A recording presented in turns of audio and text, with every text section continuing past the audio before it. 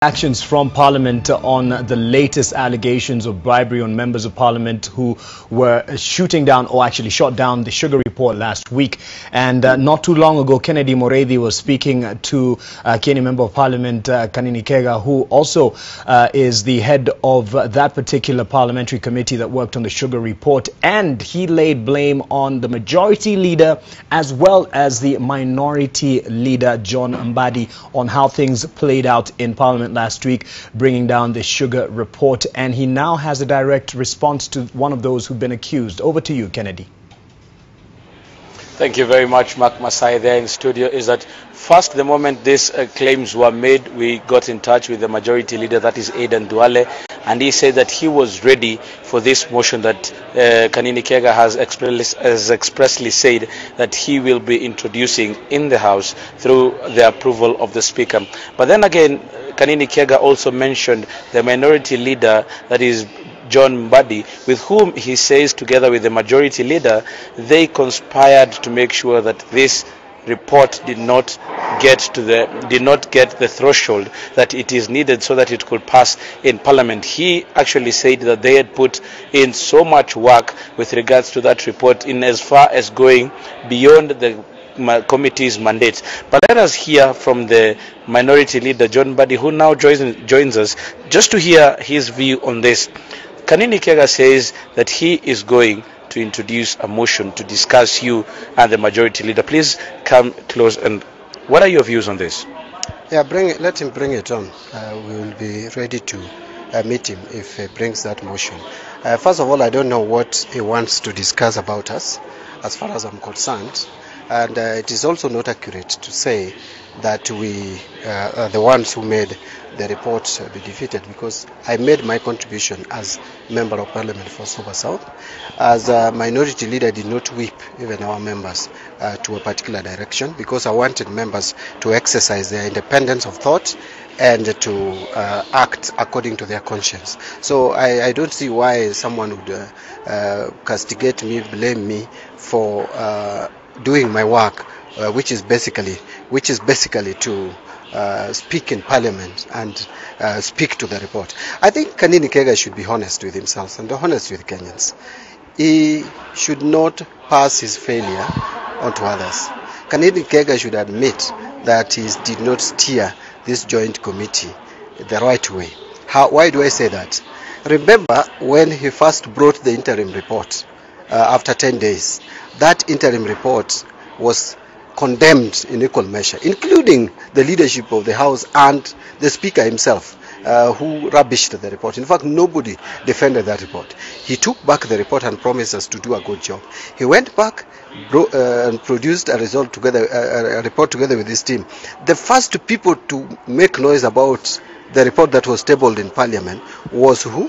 Was members of that committee. Remember Simbarati, remember Dan Manzo. They said that that is not the report that they considered, that report was doctored. So where did it change to become a good report?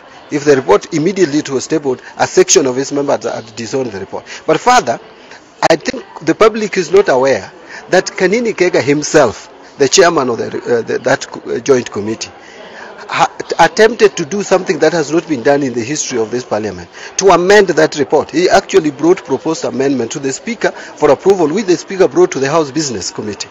And we asked him, how can a chairman of a committee amend his own report even before it is debated?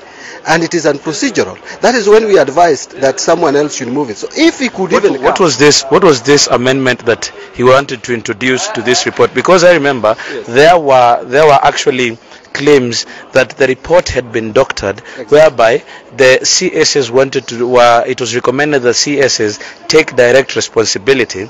But then again, the report as it came to the House, it had the proposal whereby investigative agencies should come in and investigate. Is this the same amendment that he was proposing? Exactly. I remember the Speaker giving us updates on this report and telling us that the Kanini Kega had proposed amendments, among which included that now the Cabinet Secretaries should take responsibility.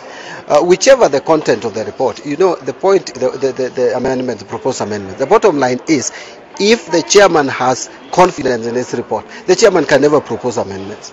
And by proposing amendment, Kanini Kega had told the whole country that he also does not believe that he did a good job on the report, because they had over a month.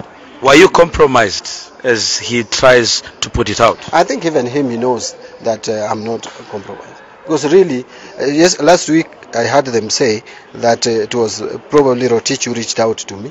This week I'm hearing him say that Duale talked to me to protect Duale's company. I never knew that Duale is in the sugar business, and I don't even know the companies that Duale own.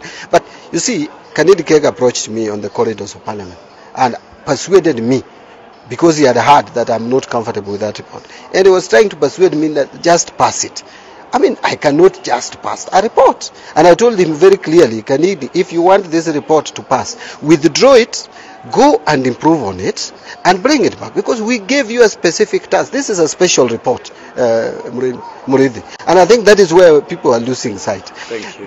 A special report must address a special and specific issue. We had asked Kanini Kega's committee to go and investigate whether sugar we have in the country has mercury or not, is healthy for human consumption or not. Coming back to us, he should have answered that question and even gone ahead to name those entities which brought the sugar that is bad, and the action to be taken. And the KEBS, look, that is my last word. KEBS is the institution that has the responsibility to ensure quality of products in this country. Look at that Kanini Kega's report. Let me call it his report. Where have they even indicted KEBS? Nothing. They are just going to cabinet secretary, a person who is only responsible for policy. And the body which is independent, which has the mandate, the responsibility, the powers, the resources to carry out market surveillance, is let go scot-free. And you know the reason why?